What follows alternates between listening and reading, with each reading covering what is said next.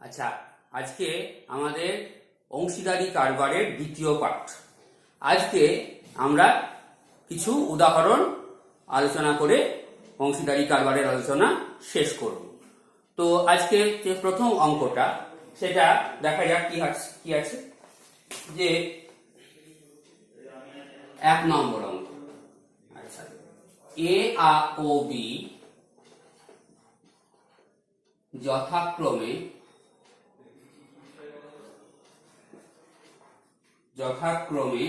24,000 টাকা, 24,000 টাকা এবং 30,000 টাকা।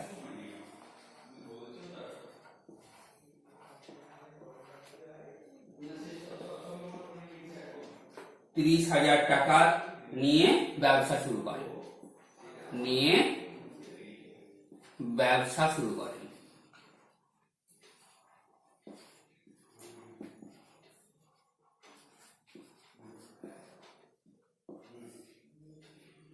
5 মাস পর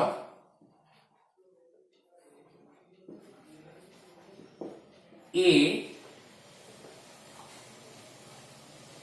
আরো 12,000 টাকা ব্যবসায় দেন।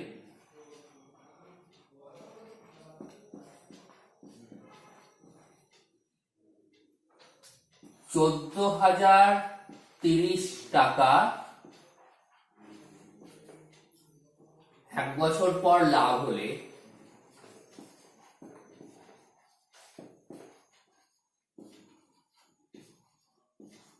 কে কত টাকা পাবে?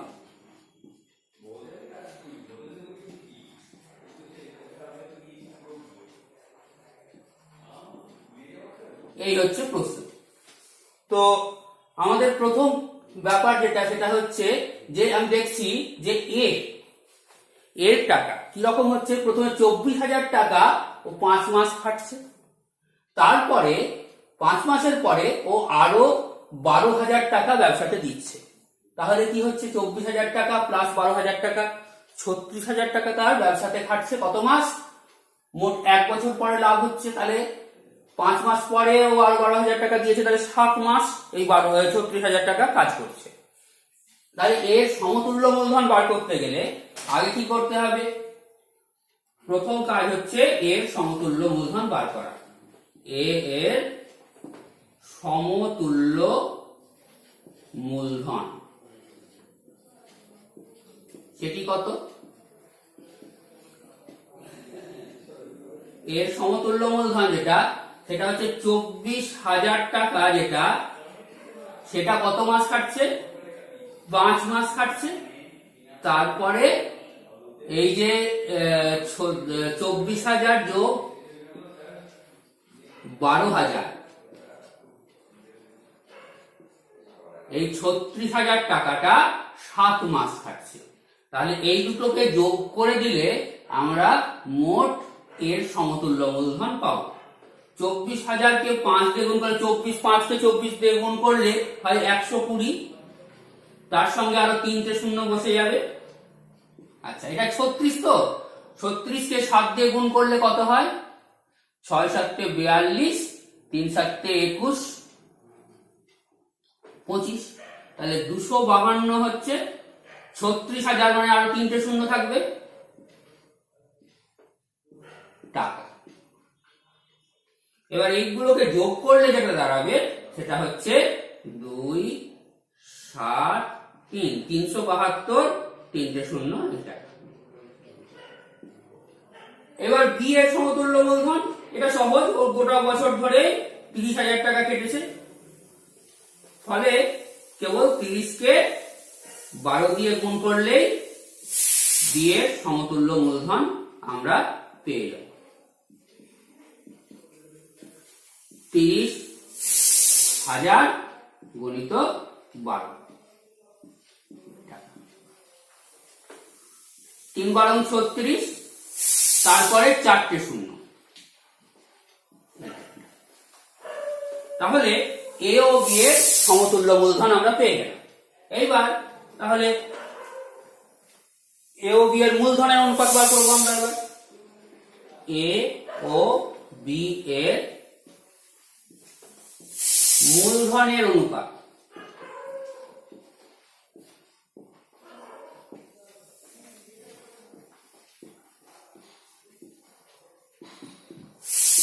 কত হবে? 372, তারপরে কটা শূন্য আছে? তিনটে। 360, তারপরে তিনটে শূন্য। তাহলে এই তিনটে শূন্যকে আমি যদি কেটে দিতে পারি তাহলে 372:360। একে আমরা আবার ভাঙতে পারি, 6 দিয়ে যাবে, 6 6 36, 6 দুগুণে 12,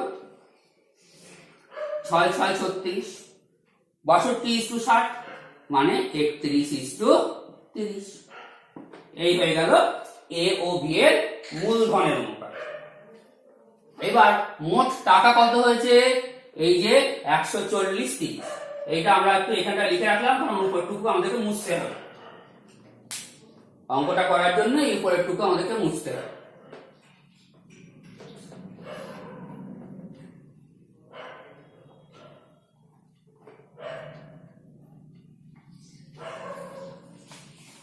তাহলে এ পাবেন কত? এ পাবেন হচ্ছে, দেখো যে 14,030, এটা মোট লাভ, তাকে 31 বাই যোগ করলে কত হয়? 62।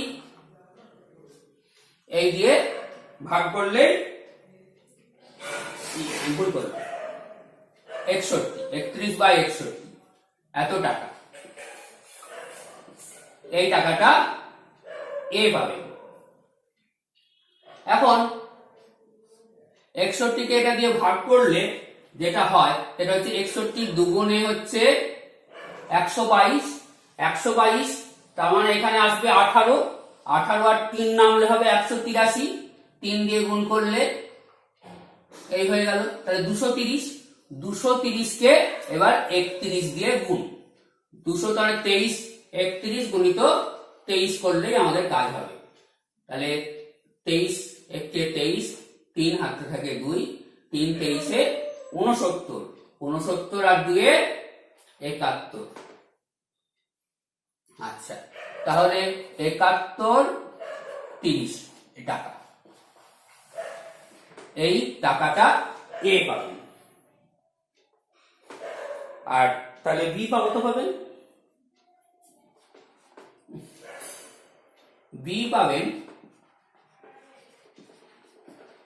বি পাবেন হচ্ছে 14,030, তাকে 30/61 দিয়ে আমি গুণ করব। তাহলে 61 দিয়ে আমরা আবার 230 পাবো, 3 দিয়ে গুণ করলে কত হবে? এটা 90, 6,900 টাকা। যোগ করলে কত হবে? আমরা একটু, এটা আমার অঙ্কে নাই কিন্তু আমাদের হিসাবটা ঠিক হয়েছে কিনা বোঝা যাবে। 0 3 9 আর 1 10 আর 1 7 আর 6 13 আর 14, দেখো 14,030 মোট মিলে। তাহলে এই হলো আমাদের অঙ্ক। এ কত পাবেন, বি কত পাবেন আমরা পরিষ্কার বার করে দিলাম। আচ্ছা, এইটা একটা হলো। এইবার আমরা একটু অন্য একটা উদাহরণে যাব।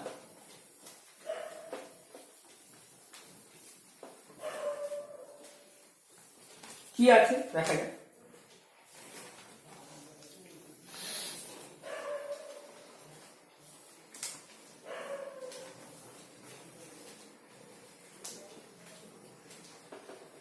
এটা 2 নম্বর।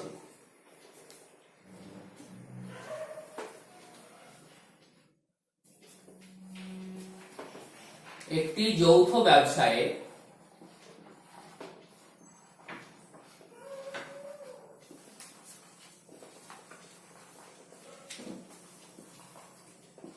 পথিক, পবিত্র ও পার্থ 1/2 1/3 1/4 অনুপাতে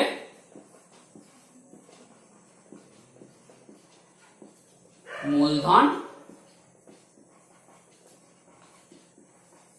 বিনিয়োগ করেন।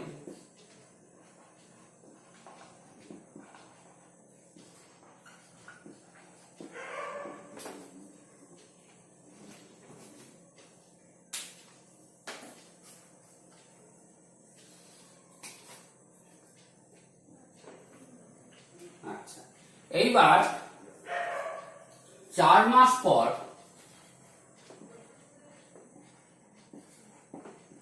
পথিক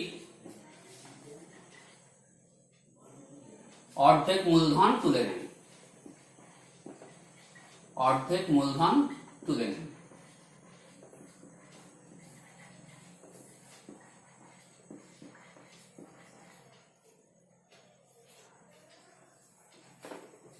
8 মাস পর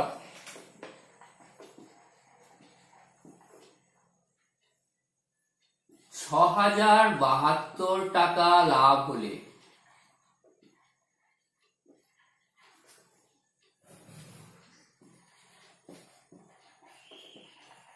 পথিক কত টাকা পাবেন? এখন এই যে পথিক, পবিত্র ও পার্থ তারা যে অনুপাতে মূলধন বিনিয়োগ করলেন, কত টাকা দিলেন সেটা আমরা জানি না, কি অনুপাতে মূলধন বিনিয়োগ করলেন সেটা আমরা জানি, সেটা রয়েছে ভগ্নাংশে। আমাদের প্রাথমিক কাজ কি হবে? এই ভগ্নাংশটাকে আগে আমরা পূর্ণ সংখ্যার অনুপাতে নিয়ে আসব।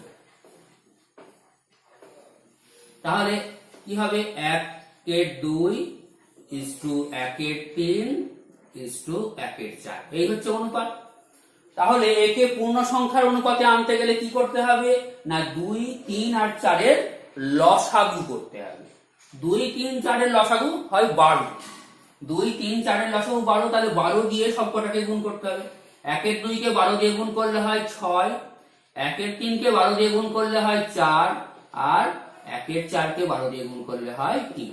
তাহলে 6:4:3 এই হচ্ছে আমাদের মূলধনের অনুপাত। এবার ধরি পথিকের মূলধন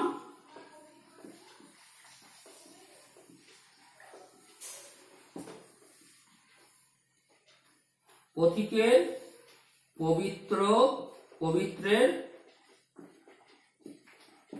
ও পার্থের মূলধন যথাক্রমে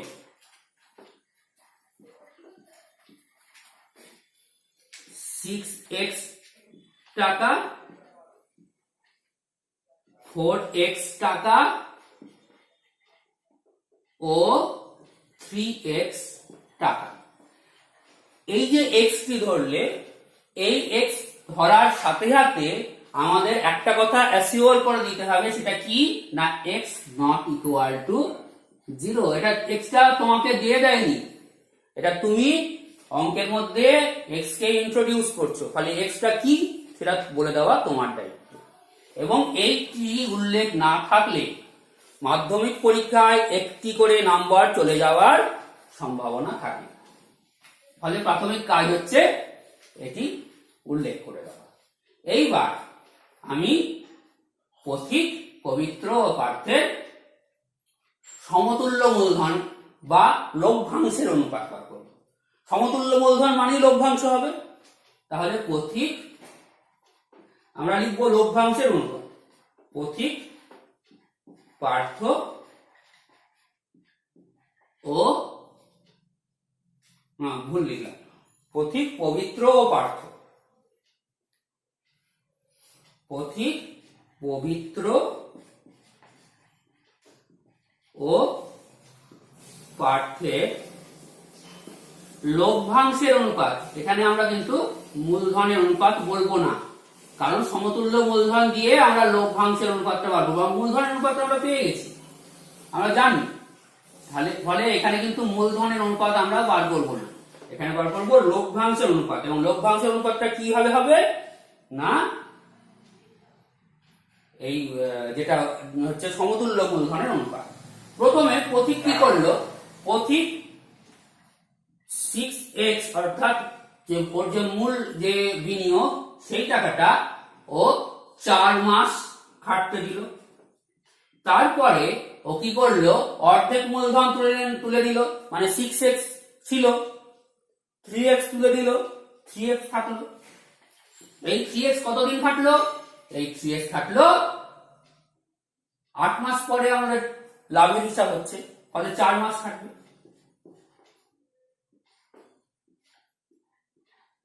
আচ্ছা, এইবার হচ্ছে 4x, এদের তো কোনো পরিবর্তন হয়নি, এদের 8 মাসই কেটেছে, এরও পরিবর্তন হয়নি, এরও 8 মাস কেটেছে। এটা হচ্ছে 24x প্লাস 12x মানে 36x, এটা হচ্ছে 32x, এটা হচ্ছে 24x। তাহলে x কেটে গেল, 6 6 36, না 6 দিয়ে যাবে না, এটা হচ্ছে 18 দুগুণে 36, এটা হচ্ছে 16 দুগুণে 32, এটা হচ্ছে 12 দুগুণে 24, 9 দুগুণে 18, 8 দুগুণে 16, 6 দুগুণে 12। তাহলে কত থাকলো, 9:8:6। এই হয়ে গেল লভ্যাংশের অনুপাত। এবার তাহলে পথিক কত পাবে,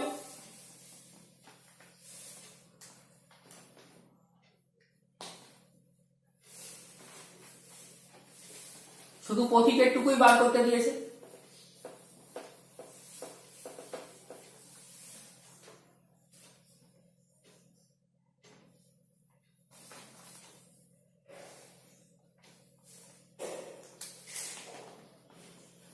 তাহলে পথিক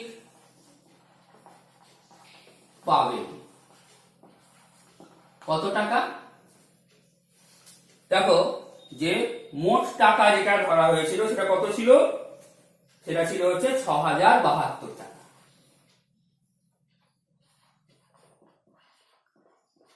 এই টাকার উপরে 9 বাই, এবার 8 আর 9 কত হয় 17, 17 আর 6 কত হয় 23, এই টাকাটা পাবো।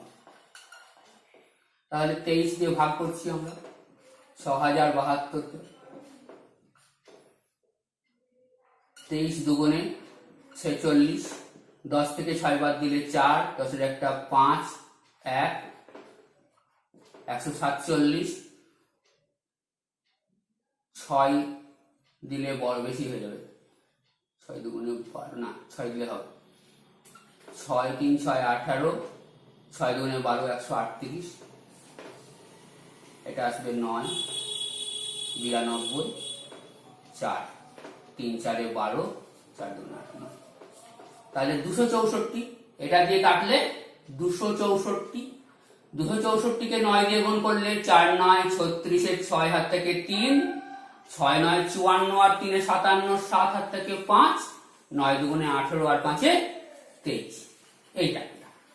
তাহলে এই টাকাটা হয়ে গেল পথিকের লভ্যাংশ। তাহলে এই যে দুটো অঙ্ক আমরা করলাম, এই ধরনের অঙ্ক তোমাদের আসে,